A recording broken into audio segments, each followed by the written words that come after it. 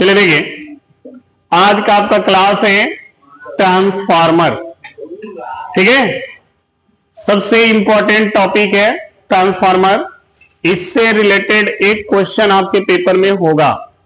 ठीक है, आप अपने प्रैक्टिकल चार्ट पेपर में भी ट्रांसफार्मर बहुत लोग बनाते हैं, ठीक है, और बनाए होंगे भी। तो ध्यान से इस लेक्चर को सुनिएगा, क्योंकि यहां से क्वेश्चन आपके वाइवा के लिए बहुत अनिवार्य हो जाएंगे। ठीक है, सबसे पहले हम जानेंगे कि ट्रांसफार्मर होता क्या है, या ट्रांसफार्मर कहते किसे हैं, या ट्रांसफार्मर का कार्य क्या होता है। ठीक, दूसरा हम इस पे बात करेंगे कि ट्रांसफार्मर किस सिद्धांत पर कार्य करता है। तीसरी हम बात करेंगे कि ट्रांसफार्मर को कैसे बनाया गया है। चौथा हम बात करेंगे कि ट्रांसफार्मर की क्रिया विधि क्या है। पांचवा इसकी दक्षता पे बात करेंगे। छठा इसके ऊर्जा हानि पे बात करेंगे। सातवां इसके प्रकार पे बात करेंगे। ठीक है, ये सभी टॉपिक आज हम कवर करेंगे ताकि ट्रांसफार्मर जो है पूर्ण रूप से आज कंप्लीट हो जाए। क्लियर? तो हेडिंग लगा लें, ट्रांसफार्मर।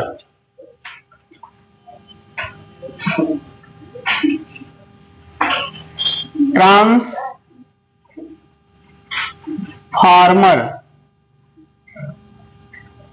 ठीक है जी। इसको हिंदी में क्या बोलते हैं? हिंदी में इसको बोलते हैं परिणमन। परिणमन, ये हिंदी इसका हर नाम है। ठीक है जी। अब बात करें ट्रांसफार्मर होता क्या है। देखिए, आपने देखा होगा जितने भी एसी सोर्स वाले जितने भी उपकरण हैं जो एसी करंट से चलते हैं, जो प्रत्यावर्ती धारा से चलते हैं, उन सभी उपकरणों के लिए ट्रांसफार्मर की आवश्यकता पड़ती है। ठीक है, परंतु जितने डीसी वाले होंगे उसमें कहीं भी ट्रांसफार्मर का यूज नहीं होता है। ये तो एकदम क्लियर रखिएगा। कोई अगर प्रश्न करता है कि क्या ट्रांसफार्मर को डीसी में यूज किया जाता है, नहीं। क्यों नहीं, आगे हम बताएंगे इसको। ठीक है, एसी में सिर्फ इसका यूज होता है ट्रांसफार्मर का। ठीक है, ये है क्या? देखें, ट्रांसफार्मर एक ऐसा उपकरण है, या यूं कहें कि ट्रांसफार्मर एक ऐसा यंत्र है जो आवश्यकता के अनुसार वोल्टेज को परिवर्तित करता है। एकदम सिंपल बताएं कि सर, ट्रांसफार्मर वोल्टेज को परिवर्तित करने का कार्य करता है।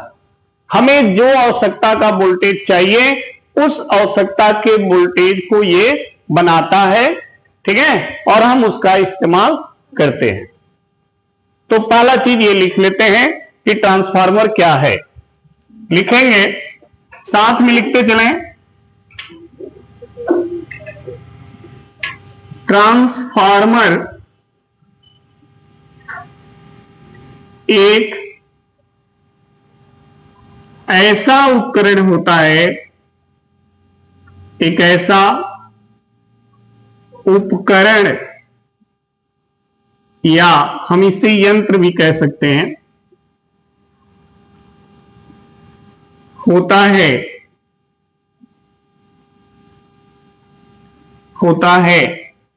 जो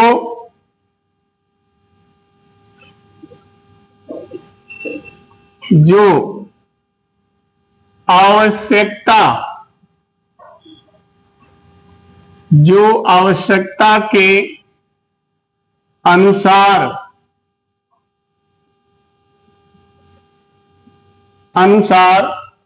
वोल्टेज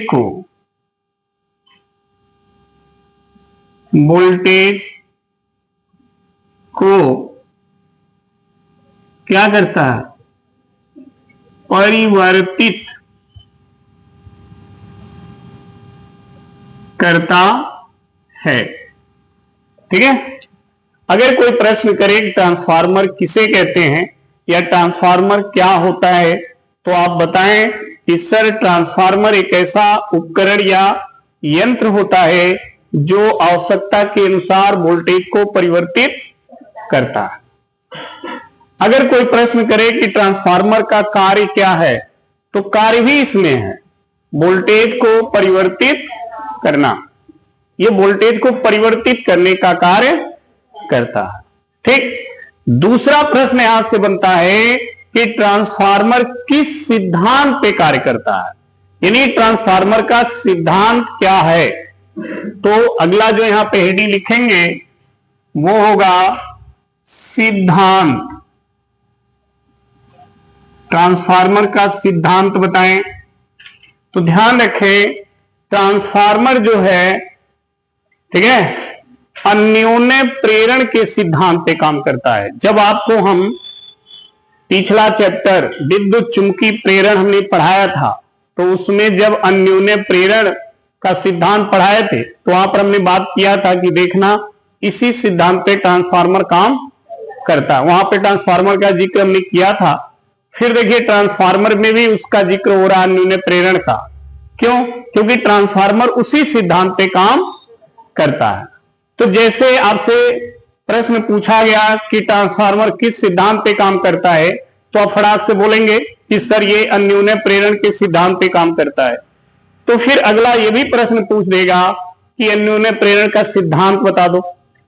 तो अन्योन्य प्रेरण का सिद्धांत क्या कहता है? यही ना कि जब पास पास रखी दो कुंडलियों में से किसी एक कुंडली में धारा के मान को परिवर्तित किया जाता है, तो पास रखी दूसरी कुंडली के चुंबकीय फ्लक्स में परिवर्तन होता है, जिससे उसमें प्रेरित विद्युत वाहक बल उत्पन्न। इसी घटना को हम क्या कहते हैं? अन्योन्य प्रेरण का सिद्धांत कहते हैं। ठीक है जी। तो आपको फिर अन्योन्य प्रेरण का यह सिद्धांत बताना होगा, यानी अन्योन्य प्रेरण के सिद्धांत पर अगर हमारा ट्रांसफार्मर काम करता है, और अन्योन्य प्रेरण का सिद्धांत दो कुंडलियों की बात करता है, एक में धारा को प्रवाहित करना है और दूसरे से धारा को प्राप्त। तो इसका मतलब ट्रांसफार्मर में कितनी कुंडलियां होंगी? दो, तभी तो वो सिद्धांत लागू होगा। तो ट्रांसफार्मर में कुल कुंडलियों की संख्या कितनी हो गई? दो। ठीक है। तो सिद्धांत में हम क्या लिखेंगे जी? लिखेंगे ट्रांसफार्मर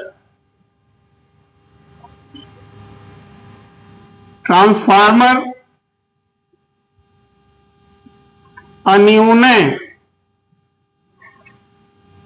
प्रेरण के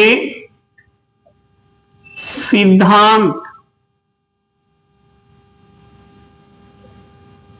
पर कार्य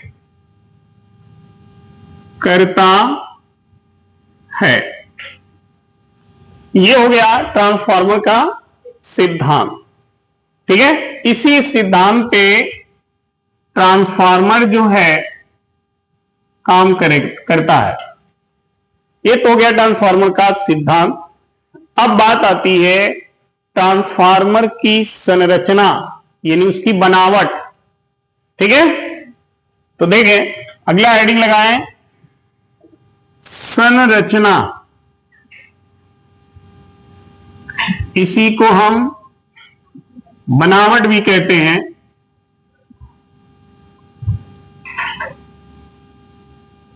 ठीक है।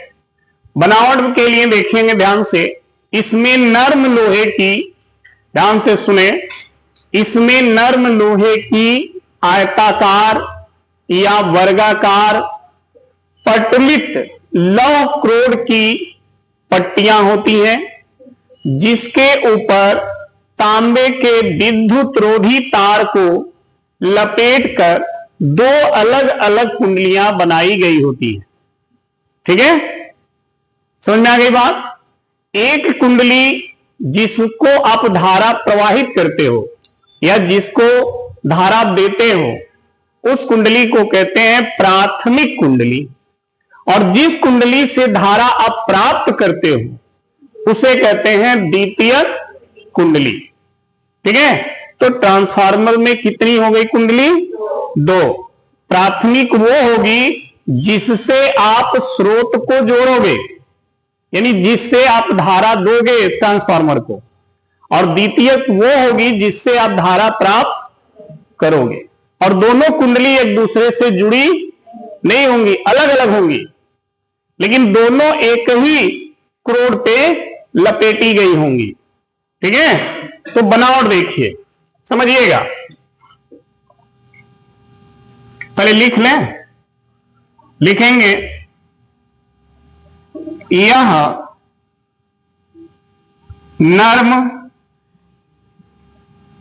लोहे के पटलित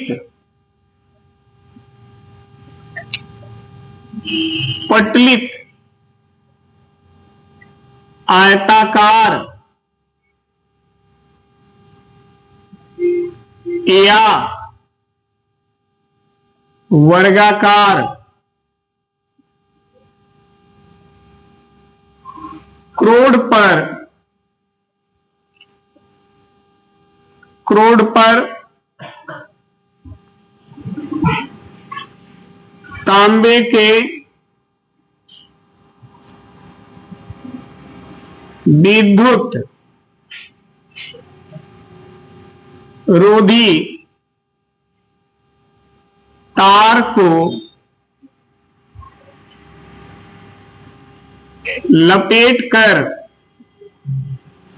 लपेटकर दो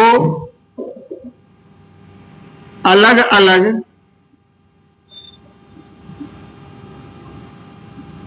कुंडलियां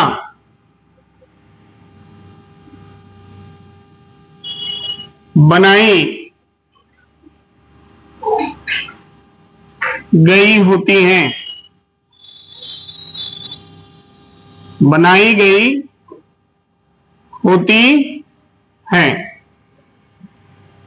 ठीक है, जिस कुंडली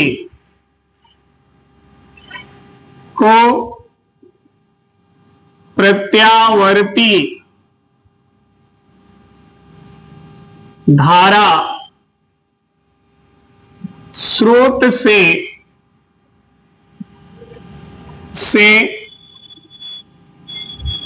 जोड़ते हैं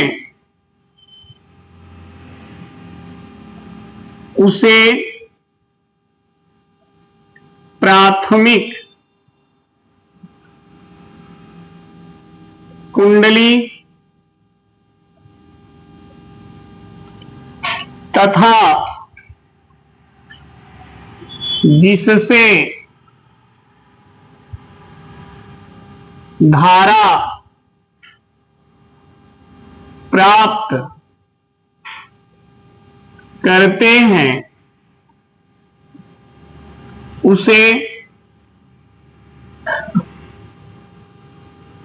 द्वितीयक कुंडली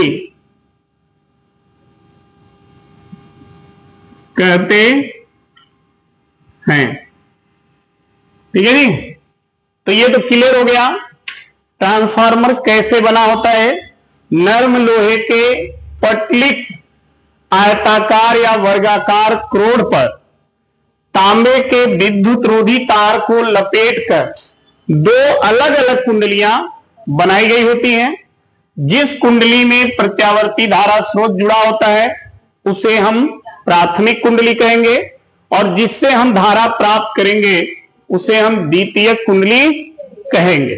तो देखिए यह है, अब बनावट समझ लें।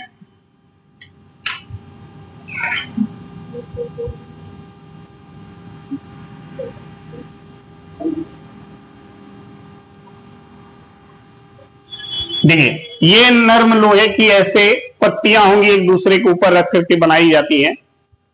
अब इन पट्टियों को दिखाने के लिए थोड़ा सा डायग्राम 3D में हम ले चलते हैं ताकि आपको पट्टियां दिखाई देनी चाहिए, नहीं तो आप कहेंगे सर कहीं गलत नहीं बना दिए।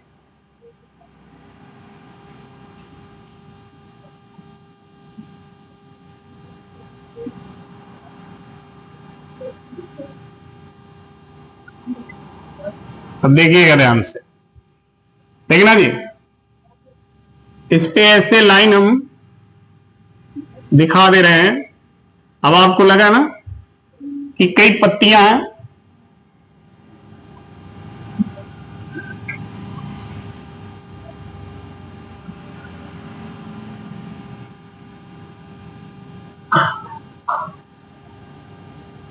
देखिए हो गया। यहां भी देख लीजिए,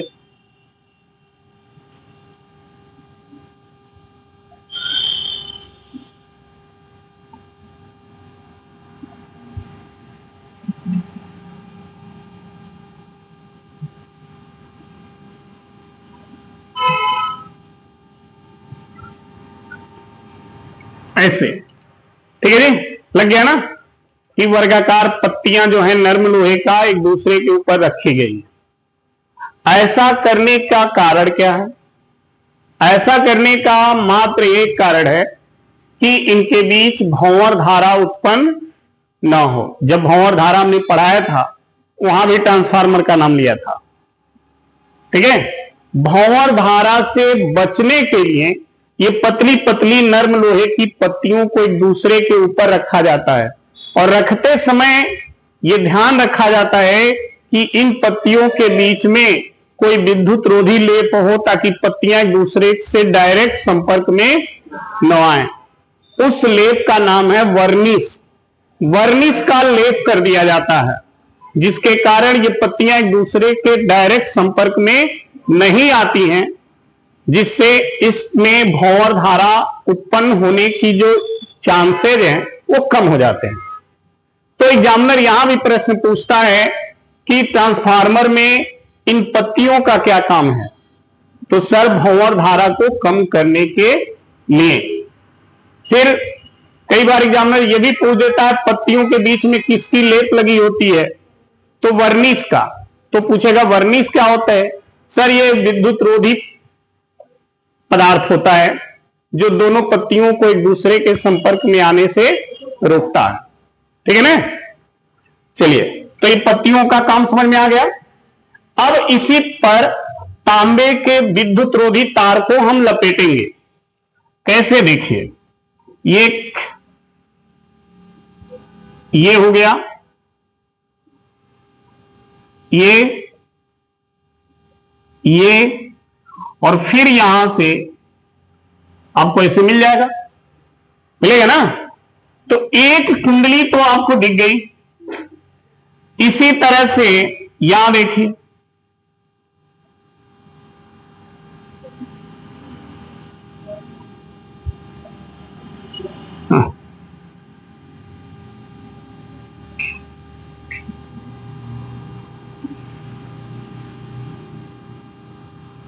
हो गया।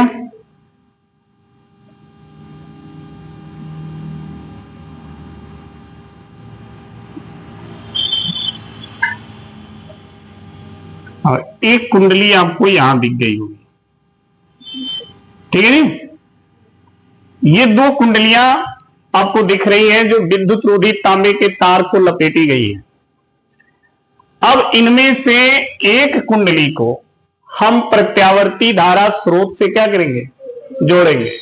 मान लीजिए हमने इस कुंडली को यहां पर बीच में प्रत्यावर्ती धारा स्रोत से क्या किया? इनको यहां पर प्रत्यावर्ती धारा स्रोत से इसको जोड़ दिया। तो इस कुंडली का नाम हो जाएगा प्राथमिक कुंडली। इस कुंडली को क्या कहेंगे? प्राथमिक कुंडली इसको कहेंगे, ठीक है जी। ये, और यहां से हमें करंट मिलेगा या वोल्टेज मिलेगा, तो इस कुंडली का नाम होगा द्वितीयक कुंडली, ठीक है जी। अगर आप प्रत्यावर्ती धारा स्रोत यहां जोड़ दोगे तो ये प्राथमिक हो जाएगा, तब ये द्वितीयक हो जाएगा। समझ में आई बात? तो ध्यान रखिएगा, ट्रांसफार्मर के जिस कुंडली से प्रत्यावर्ती धारा स्रोत जुड़ेगा उसी को हम कहेंगे प्राथमिक। अगर इधर जोड़ देंगे तो ये प्राथमिक हो जाएगा, ये द्वितीयक हो जाएगा, और इधर जोड़ देंगे तो ये प्राथमिक और ये द्वितीयक हो जाएगा, ठीक है। अब फिर प्रश्न आता है कि क्या कुंडली में फेरों की जो संख्या है वो बराबर होती है कि नहीं होती है? तो ये ट्रांसफार्मर के प्रकार पे डिपेंड करता है। अभी आगे प्रकार भी हम समझेंगे। ट्रांसफार्मर में कुंडली के फेरों की जो संख्याएं हैं वो बराबर नहीं होती हैं। ध्यान रखना, प्राथमिक कुंडली में जो फेरे हैं, मान लेते हैं उनके फेरों की संख्या NP, P for primary, primary मतलब प्राथमिक, और द्वितीय कुंडली में फेरों की संख्या हम एनएस लिख देते हैं, एस फॉर सेकेंडरी यानी द्वितीयक। तो ये हो गया द्वितीय कुंडली के फेरों की संख्या, और ये हो गई प्राथमिक कुंडली के फेरों की संख्या। यहां से जो ऊर्जा आप दोगे, जो शक्ति दोगे, जो वोल्टेज दोगे, उसको हम लिखेंगे पी आई, और यहां से आपको मिलेगा तो इसको लिखेंगे पीओ।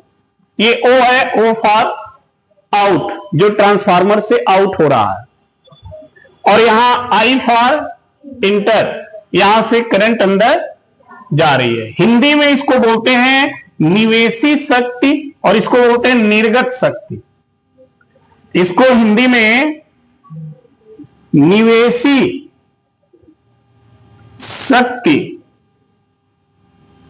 देखना, और इसको बोलते हैं निर्गत शक्ति। ये निर्गत शक्ति है, ठीक है जी।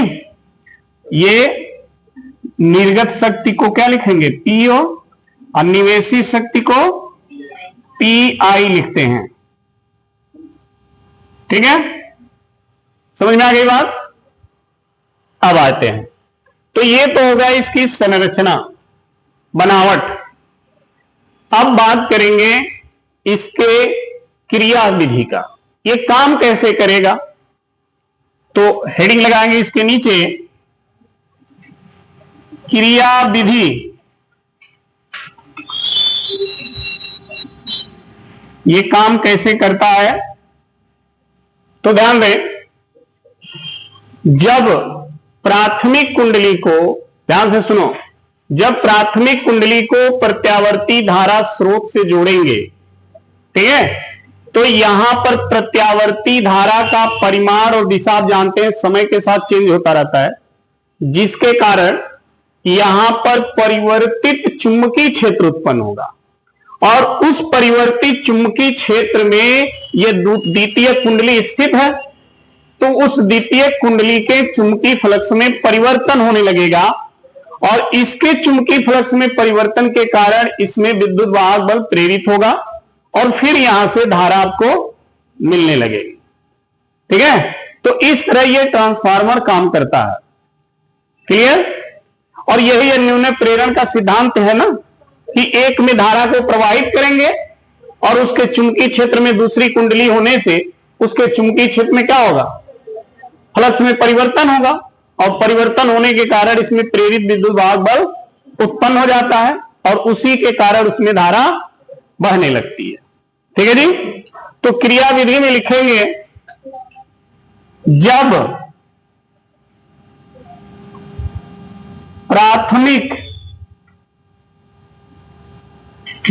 प्राथमिक कुंडली को प्रत्यावर्ती धारा स्रोत से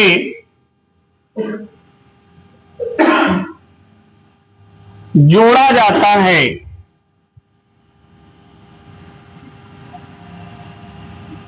तो परिवर्तित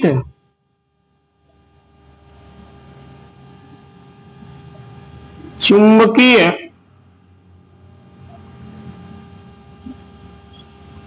क्षेत्र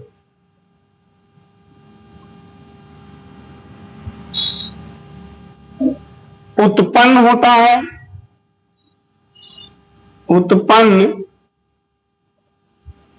होता है, जिसके कारण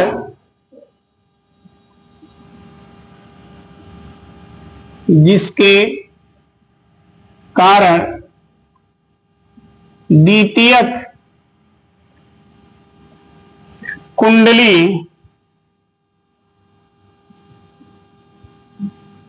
से संबद्ध चुंबकीय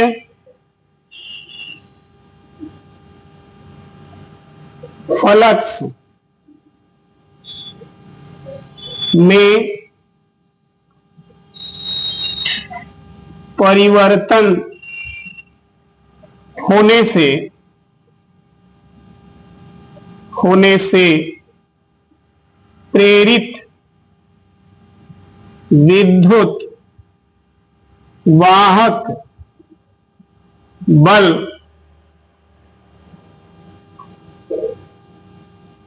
उत्पन्न हो जाता है। ठीक है, प्रेरित विद्युत वाहक बल उत्पन्न हो जाता है, जिससे उस कुंडली में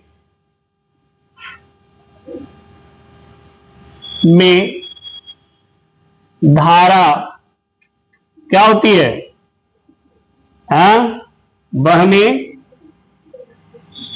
लगती है या प्रवाहित होने लगती है, जो भी है। ठीक है जी, तो ये तो इसकी क्रियाविधि हो गई ट्रांसफार्मर की।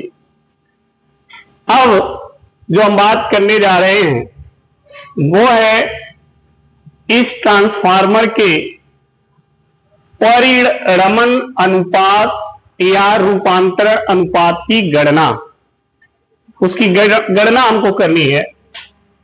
तो देखिए कैसे हम गणना करेंगे। यहां पर हेडिंग लगाएंगे परिणमन या रूपांतरण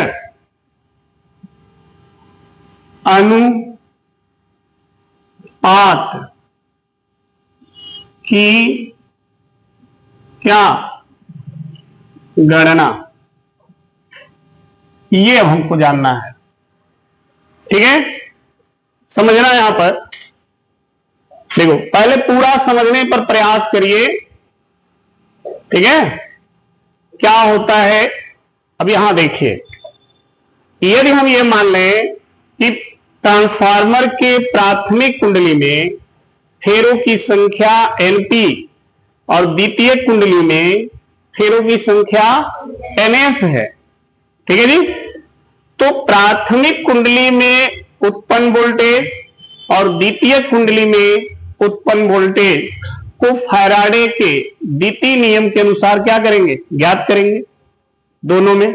ठीक है, तो यहां पर लिखेंगे यदि ट्रांसफार्मर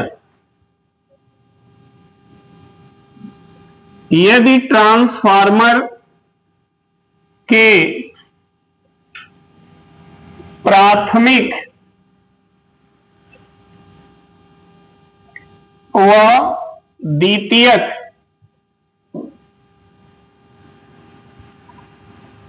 कुंडलियों में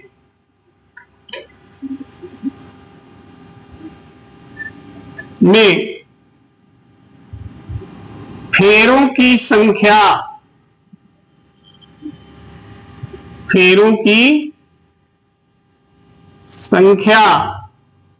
Np व Ns है, तो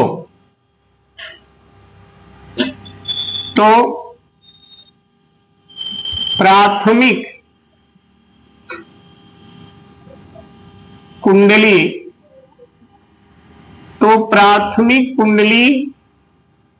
का क्या वोल्टेज,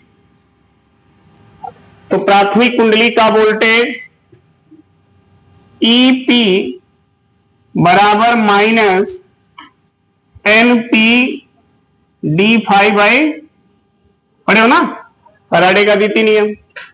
क्लियर। इसी प्रकार से अगर हम द्वितीयक की भी बात कर लें, द्वितीयक कुंडली का वोल्टेज क्या लिखे हैं, ES बराबर माइनस NS d∅dt। हो गया जी। ठीक, चलो अब देखो, इसको हम कह दें समीकरण और इसको कह दें एक, तो लिखेंगे समीकरण 2 में 1 से भाग देने पर, जब भाग देंगे तो क्या आएगा, ES बटा में EP बराबर, ये और ये तो कट जाएंगे d∅dt, ये दोनों में कट जाएगा, माइनस माइनस कट जाएगा, ऊपर क्या आएगा NS/NP। हो गया। इसको हम समीकरण A लिख देते हैं। और इस समीकरण से आपको क्या पता चला बताओगे। इस समीकरण से आपको पता चला कि जो वोल्टेज है वो फेरों की संख्या के, देख लो, पहले कुंडली का वोल्टेज तो पहले कुंडली के फेरों की संख्या, द्वितीय कुंडली का वोल्टेज द्वितीय कुंडली का वोल्टेज तो द्वितीय कुंडली के फेरों की, पहले कुंडली का वोल्टेज तो पहले कुंडली के फेरों की। मतलब अगर पहले कुंडली का वोल्टेज नीचे है तो फेरों की संख्या भी नीचे है, अगर द्वितीय कुंडली का वोल्टेज ऊपर है तो द्वितीय कुंडली के फेरों की संख्या भी, मतलब फेरों की संख्या जैसे बढ़ेगी वोल्टेज भी वैसे ही बढ़ेगा। ठीक है, तो इस समीकरण से हमें यह पता चलता है कि वोल्टेज कुंडली के फेरों की संख्या के समानुपाती होता है। अगर किसी कुंडली के फेरों की संख्या को आप बढ़ा दोगे तो वो आपको ज्यादा वोल्टेज देगा, और यदि फेरों की संख्या घटा दोगे तो कम वोल्टेज देगा। ये तो क्लियर हो गया ना। अच्छा, और देखो, यदि ट्रांसफार्मर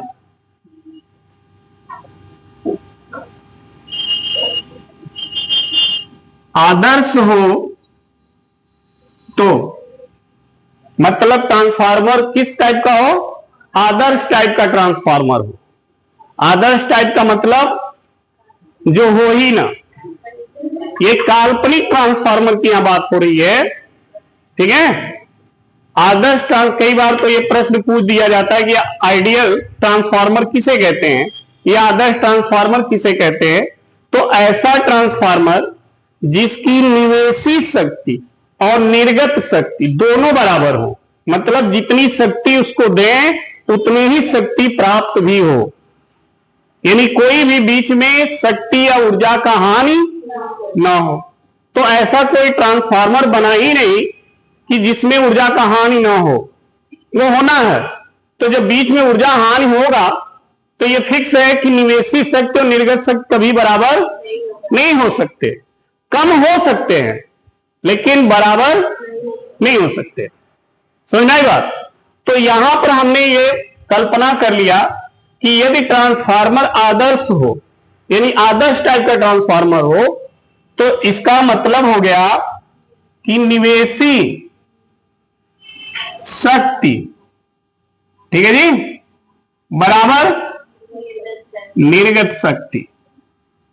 अब ये मत कहना कि सर जी फिर आदर्श ट्रांसफार्मर का परिभाषा लिखवाइए, हो गया परिभाषा यहीं पर, जिस ट्रांसफार्मर की निवेशी शक्ति निर्गत शक्ति के बराबर हो जाए उस ट्रांसफार्मर को, और यह एक काल्पनिक ट्रांसफार्मर होता है।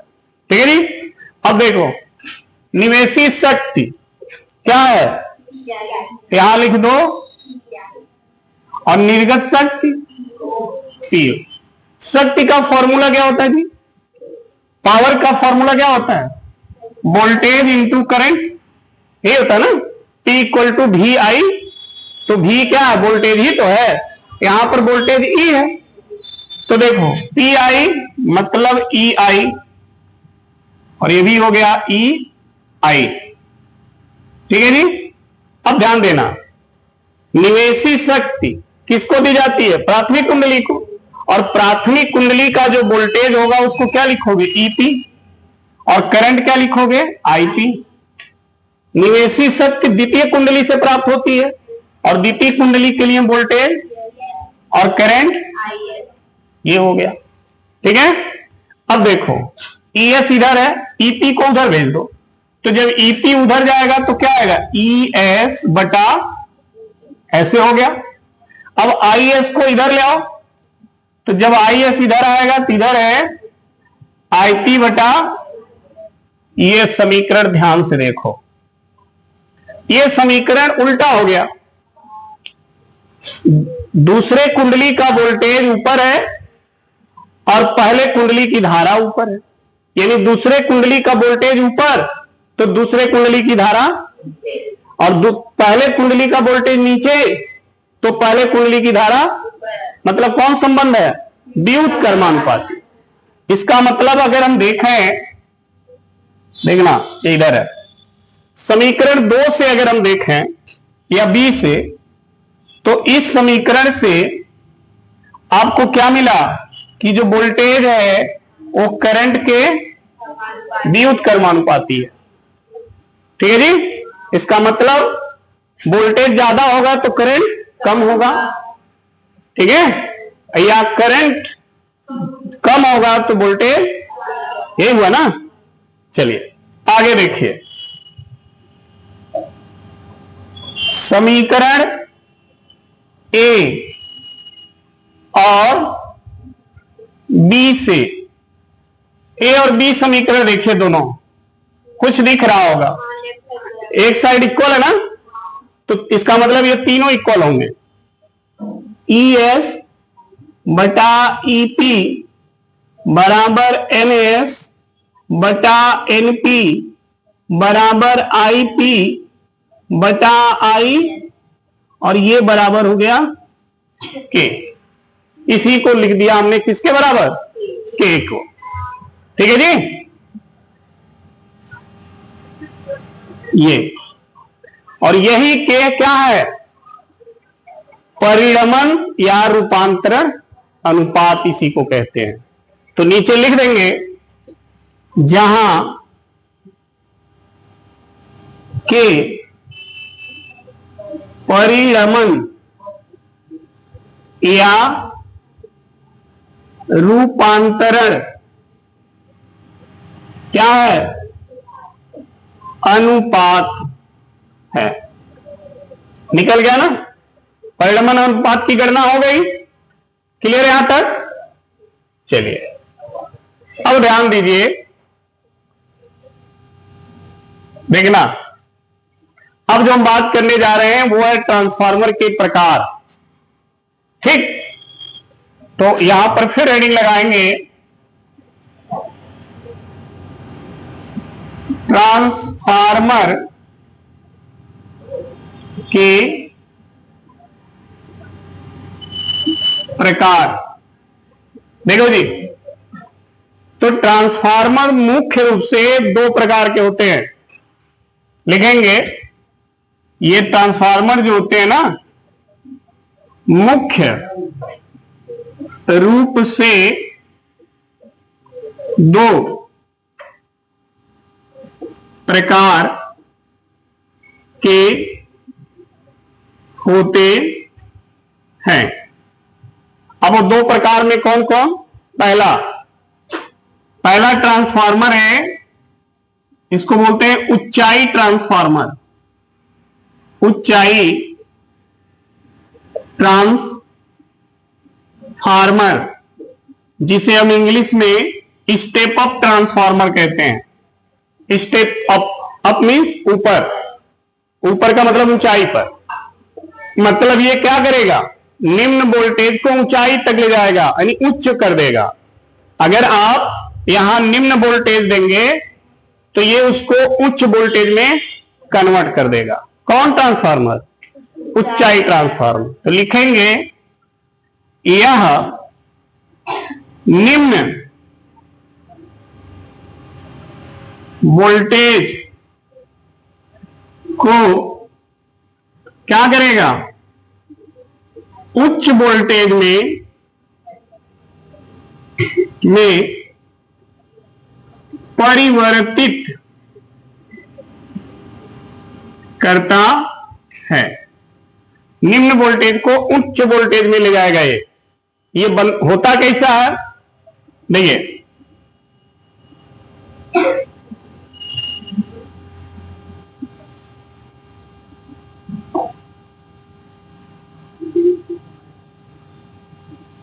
ठीक है। ये ट्रांसफार्मर जब इस तरह बना हो तो इसे हम बोलते हैं ऊंचाई ट्रांसफार्मर। ध्यान देना यहां पर, ये पहली कुंडली है, फेरों की संख्या, और द्वितीय कुंडली। यही ट्रांसफार्मर यहां बनाई गई है। जो ये पतली पतली पत्तियां हैं ना, उनको बीच में 2 लाइन दर्शा दी गई है, ताकि ये एक कुंडली और इधर ये दूसरी कुंडली। इसमें ध्यान देना क्या है कि इस ट्रांसफार्मर में जो द्वितीय कुंडली होगा उसके फेरों की संख्या ns वो हमेशा प्राथमिक से ज्यादा रहेगा। क्यों ज्यादा रहेगा? क्योंकि इसका काम है कि निम्न वोल्ट को उच्च वोल्ट में करना, और वोल्टेज तभी बढ़ता है जब फेरों की संख्या अधिक होती है। तो अगर द्वितीय कुंडली के फेरों की संख्या अधिक होगी तभी तो वोल्टेज को ऊंचा करेगा, नहीं तो कम कर देगा। समझ में आई बात? तो ऊंचाई ट्रांसफार्मर के द्वितीय कुंडली के फेरों की संख्या प्राथमिक कुंडली से हमेशा अधिक होगी। यहां भी इसे एग्जामिनर क्वेश्चन कर देता है कि ऊंचाई ट्रांसफार्मर में किस कुंडली के फेरों की संख्या ज्यादा होती है, तो द्वितीय कुंडली की। ठीक है ना? हाँ, ला सब पढ़ाओ। अरे बकलुली भैया का कहें कि फेरों की संख्या बढ़ेगी तो वोल्टेज बढ़ेगा। तो द्वितीय कुंडली अगर ज्यादा फेरे होंगे तो ज्यादा वोल्टेज होगा ना। और ऊंचाई ट्रांसफार्मर तो वही काम करता है, लो वोल्टेज को हाई करता है, बढ़ाता है। तो जब फेरे ज्यादा होंगे तभी तो बढ़ाएगा। हाँ,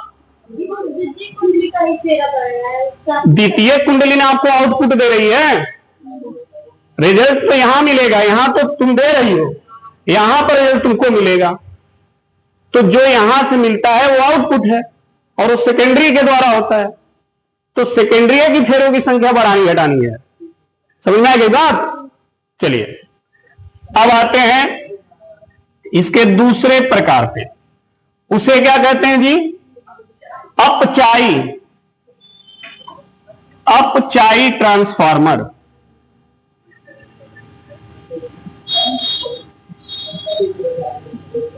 ठीक है, इंग्लिश में इसको बोलते हैं स्टेप डाउन। डाउन मतलब क्या करेगा? हाई वोल्टेज को लो कर देगा, डाउन कर देगा। ठीक है, तो लिखेंगे यह उच्च वोल्टेज को निम्न वोल्टेज में क्या करता है? परिवर्तित करता है। ठीक है, उच्च को निम्न में बदल देगा। तो इसका मतलब अगर निम्न वोल्टेज कर रहा तो फेरों की संख्या क्या होगी? कम होगी। द्वितीय कुंडली के फेरों की संख्या और प्राथमिक की, समझ में आ गई बात? इसका मतलब इसमें गोल गोल छल्ला ज्यादा होगा और इसमें क्या होगा? कम होगा। तो इस तरह का डायग्राम भी दिया हो तो बता सकते हो कौन ऊंचाई है और कौन, बता सकते हो ना? ये है NS और ये है, तो NS हमेशा क्या रहेगा? कम रहेगा NP से। तो ये हो गए ट्रांसफार्मर के प्रकार। क्लियर हो गया? अभी भी इससे कुछ क्वेश्चन भी हैं, इसको नोट कर लीजिए, फिर आगे इसको हम पढ़ा रहे हैं। चलो देखो, अब इससे संबंधित कुछ और है जो हम जान लें। बच्चा बात नहीं,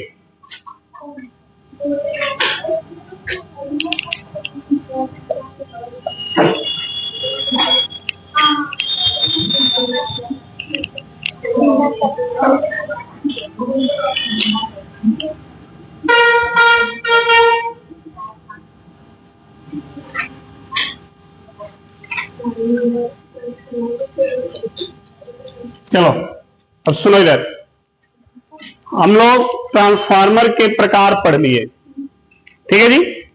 अब देखो ये जो इसका पूरा सिद्धांत, क्रिया विधि या जो टाइप्स वगैरह सब कुछ है, ठीक है, ये सब कुछ हर प्रकार के ट्रांसफार्मर में लागू होता है, चाहे वो ट्रांसफार्मर छोटा हो चाहे वो बहुत बड़ा हो, यही सिद्धांत सब में चलता है, ठीक है जी।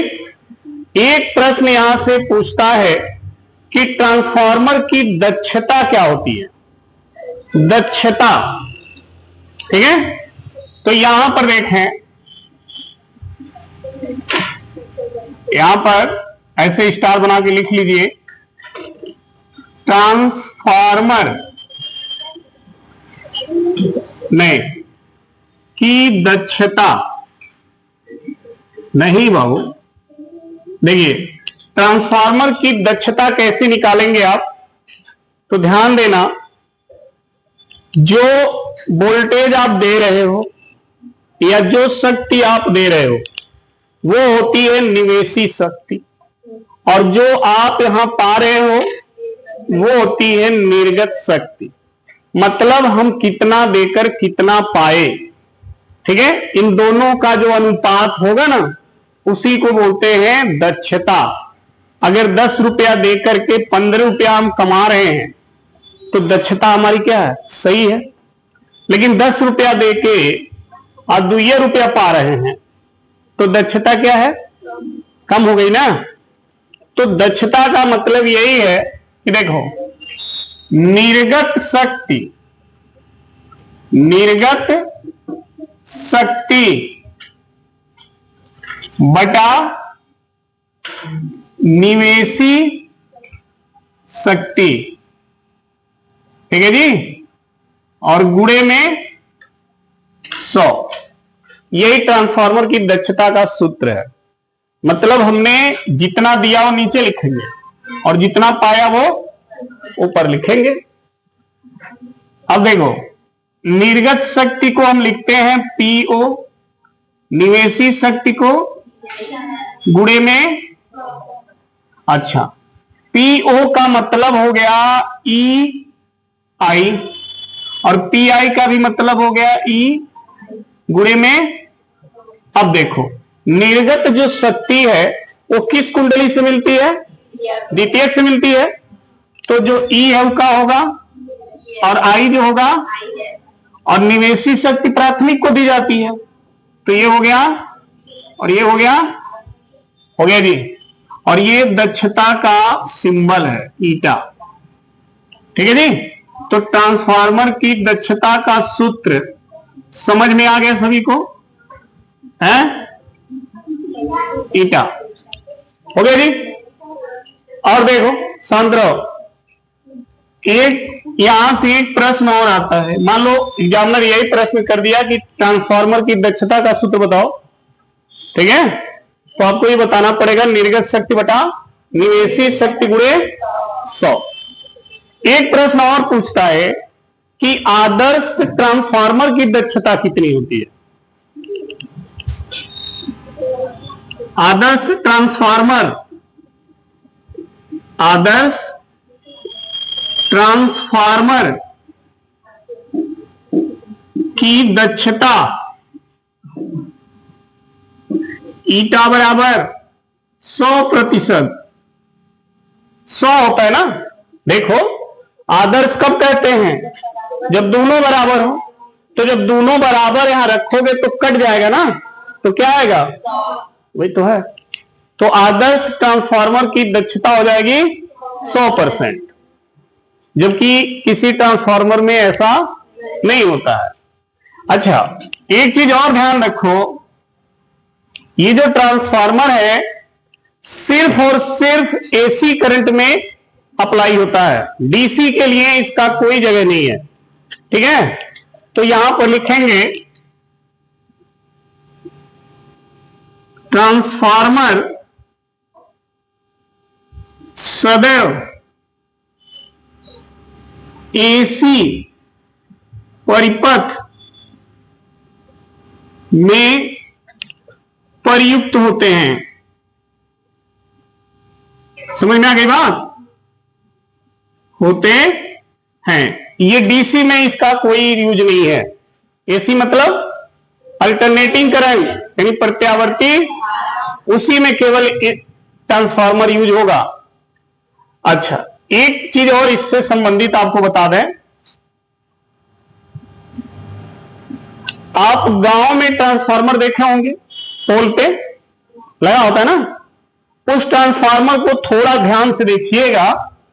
वो ट्रांसफार्मर कुछ ऐसे बना होता है, बॉक्सनुमा होगा, ऐसे होता ना, ऐसे देखिएगा ध्यान से, ऐसे। ठीक, और इसमें यहां पर देखिएगा ऐसे बने होते हैं,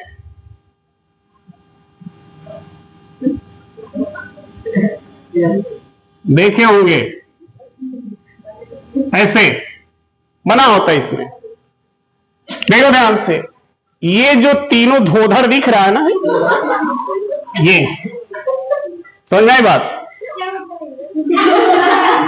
सुन, ये तीनों जो धोधड़ है वो यही कुंडली है, समझे? यहां पर ऐसे, इसमें ऐसे तार लपेटे गए होते हैं इसके नीचे अंदर, ऐसे, ये कुंडली ही है, समझे? उसके अंदर होता है, और ये कुंडली इसी से जुड़े होते हैं। इससे जो पोल से तार आता है ना, उस 3 तार ऐसे आ रहा, एक तार इससे जोड़ देंगे, एक इससे जोड़ देंगे, और एक ऐसे जोड़ देते हैं, ऐसे जुड़ा होता है। उसके बाद यहीं पर देखिए फ्यूज भी लगा होता है, यहां फ्यूज लगा होगा। जब भी वोल्टेज अप डाउन होगा, फ्यूज तुरंत जल जाएगा, यानी आगे सर्किट बंद हो जाएगी। ठीक है, तो हमारा कहना है कि जब ये ट्रांसफार्मर यूज होता है ना, तो ये ट्रांसफार्मर हीट होता है, गर्म होता है। आप उसके पास से जब गुजरोगे, ठीक है, तो आपको आवाज भी सुनाई देगा, और कभी कभी आप देखिएगा उसके अगल बगल में तेल की तरह गिरा होता है जमीन पर। वो जमीन उतनी काली हो जाती है, मिट्टी वगैरह एकदम जल जाते हैं, घास फूस जल जाते हैं, तो इसका मतलब इसके अंदर ऑयल होता है। ठीक है, अब देखिए कुछ जगहों पे ये ट्रांसफार्मर ऐसे होते हैं, कुछ जगहों पर ट्रांसफार्मर जो है, ध्यान देना, इसके ऊपर ऐसे, इसी में इसके ऊपर एक देखिए इतना बड़ा टैंक लगा होगा, ऐसे होता है ना, ऊपर ट्रांसफार्मर से इसी से जुड़ा हुआ ऊपर एक टैंक होता है, गोल का, देखिएगा ऐसे बना होगा, ऐसे ऐसे, इसे हम बोलते हैं सस्पेंशन टैंक। ये क्या होता है, इसमें जो तेल भरा होता है ना, वो तेल का मात्रा इसमें भी होती है, लेकिन ये टंकी पूर्ण रूप से भरी नहीं होती है, खाली रहती है। क्यों? क्योंकि जब ट्रांसफार्मर हीट होगा तो ये तेल गर्म होगा, बॉयल होगा, और जब बॉयल होगा और उसको ऊपर जगह नहीं मिलेगा तो तेल बाहर गिरना शुरू हो जाएगा। जैसे घरे बदेली में खाना बना रहे हो और पूरा एकदम भरे हो पानी से, तो जैसे पानी बॉयल होगा, पानी कहां जाएगा? बाहर। लेकिन अगर उसमें जगह छोड़ दोगे, थोड़ा कम पानी भरोगे और फिर बॉयल करोगे, तो बाहर आएगा, वो खाली जगह उसको कवर करता रहेगा। तो ये सस्पेंशन टैंक में पूरा तेल नहीं भरा होता है, कुछ जगह खाली रहती है। ठीक है, ताकि जब ये बॉयल हो तो ये जगह इसको मिल जाए, ताकि तेल बाहर ना गिरे। अब बात आती है उस तेल का काम क्या है। तेल का काम इस ट्रांसफार्मर के अंदर जो कॉइल है उसको ठंडा रखने के लिए, कुंडली गर्म हो जाती है ना, तो उसको ठंडा रखने के लिए उस तेल का इस्तेमाल किया जाता है। ठीक है जी। अब प्रश्न एग्जामिनर यही से पूछता है कि वो कौन सा तेल होता है, ट्रांसफार्मर को कूल करने के लिए कौन सा तेल भरा जाता है उसमें। ठीक है, हाँ, समझ में आ गई बातें।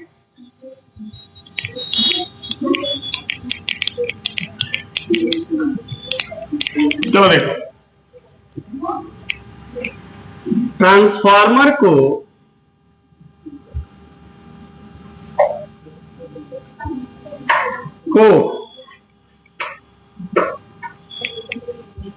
ठंडा बात नहीं रखने के लिए, ट्रांसफार्मर को ठंडा रखने के लिए, ठीक है, तेल का नाम ध्यान देना, अल्फा नेफ्थॉल। ठीक है, अल्फा नेफ्थॉल तेल का प्रयोग किया जाता है। यही तेल ट्रांसफार्मर में डाली जाती है, अल्फा नेफ्थॉल। इससे ट्रांसफार्मर ठंड रहता है। हाँ, एक तरह अल्कोहल भी है ये। इसको लोग ज्यादातर देखेंगे, लोग कहते हैं कि घुटने उठने में दर्द हो लगाओ तो राहत मिलती है, लेकिन ये काम मत करिएगा। ठीक है, समझ में आ गई बात। तो ये नोट कर लें, ये सारी चीजें ट्रांसफार्मर से रिलेटेड।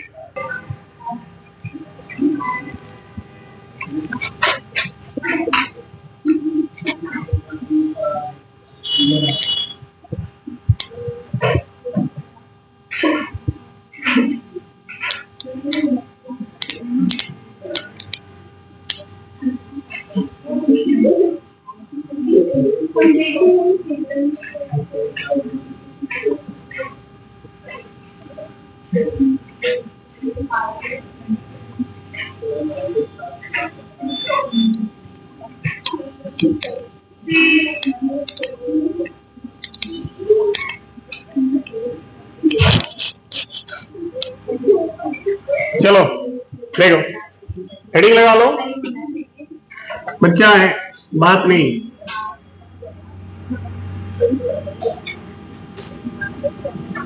ट्रांसफार्मर में हानि। हाँ, ट्रांसफार्मर में हानि, क्या क्या हानि होती है ट्रांसफार्मर में। ठीक है, पहला जो हानि है उसे बोलते हैं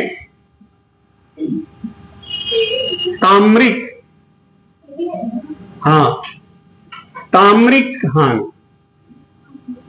हाँ, ताम्रिक हानि क्या होता है ताम्रिक हानि, ध्यान देना। हमने जब ये ट्रांसफार्मर आपको बताया तो आपको यह भी हमने बताया था कि इसके ऊपर तांबे के विद्युत रोधी तार लपेटे गए होते। तार किस पदार्थ का बना है, तांबा का, और उस पदार्थ का बना है तो उस पदार्थ का प्रतिरोध भी होगा, क्योंकि प्रतिरोध पदार्थ का क्या है, गुण है।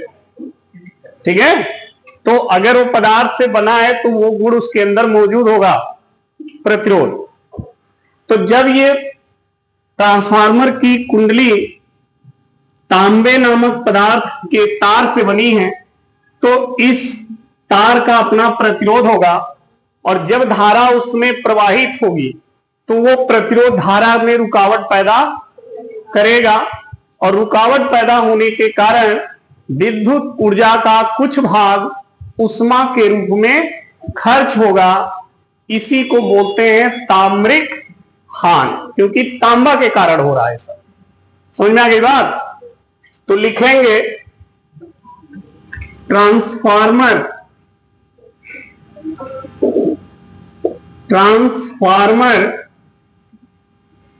में कुंडली तांबे के तार की बनी होती है जिसका अपना प्रतिरोध होता है।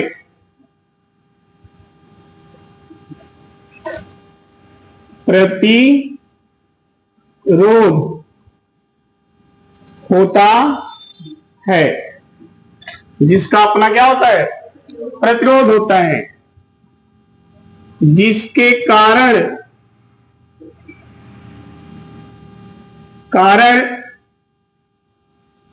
विद्युत ऊर्जा का कुछ भाग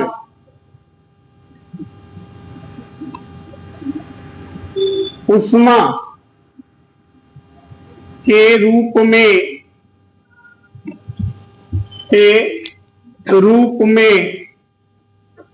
व्यय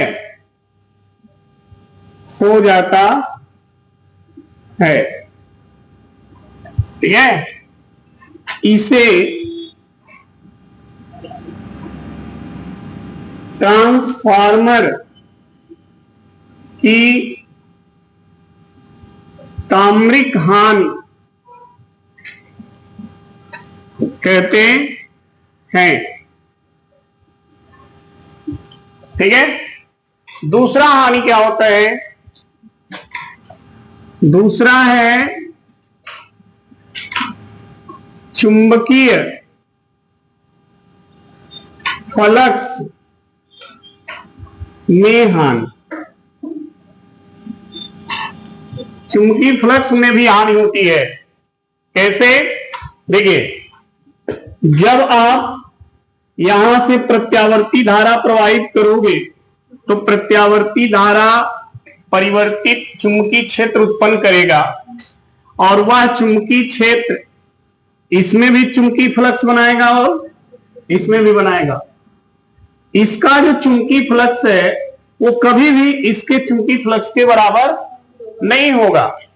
इसका मतलब इसके चुंबकीय फ्लक्स और इसके चुंबकीय फ्लक्स में हमेशा क्या होगा? अंतर होगा, और वही अंतर क्या कहलाता है? चुंबकीय फ्लक्स में हानि कहलाता है। ठीक है, तो लिखेंगे जब ट्रांसफार्मर के प्राथमिक कुंडली में प्रत्यावर्ती धारा प्रवाहित होती है तो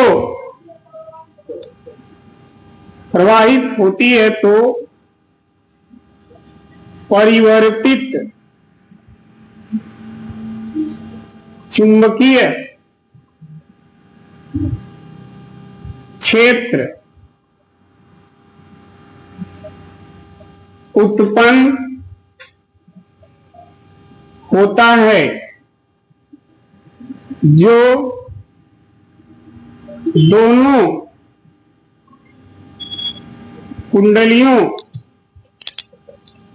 से बद्ध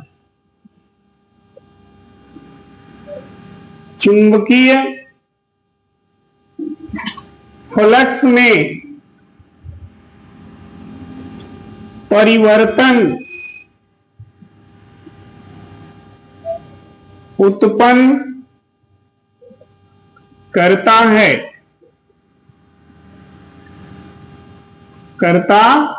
है। ये चुंबकीय फ्लक्स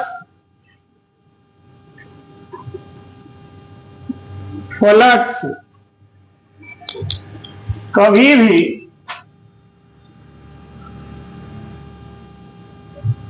समान नहीं होते हैं,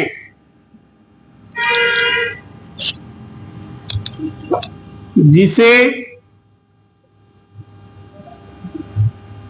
चुंबकीय फ्लक्स में हानि कहते हैं। ठीक। तीसरा, भंवर धारा, भंवर धारा ट्रांसफार्मर में भंवर धारा के कारण विद्युत ऊर्जा का कुछ भाग ऊष्मा के रूप में व्यय होता है, जिससे ट्रांसफार्मर गर्म हो जाता है। ठीक है, तो ये सब ट्रांसफार्मर में हानि है। ठीक, और ये आपका पूरा ट्रांसफार्मर जो है कंप्लीट होता है। इससे जितने क्वेश्चन आपको मिलेंगे उस सब के सब क्वेश्चन आपको बता दिए गए, किस तरह से क्वेश्चन आपसे पूछे जाएंगे और आपको आंसर किस प्रकार से देना है। तो इसको अच्छे से तैयार कर लीजिए, आपके प्रैक्टिकल में काम आएगा, वाइवा में काम आएगा, आपका थ्योरी क्लास और ये जो एग्जाम देंगे उसमें भी बहुत ही यूजफुल है। ठीक है, ठीक है, नोट कर लीजिए। धन्यवाद, मिटाओ।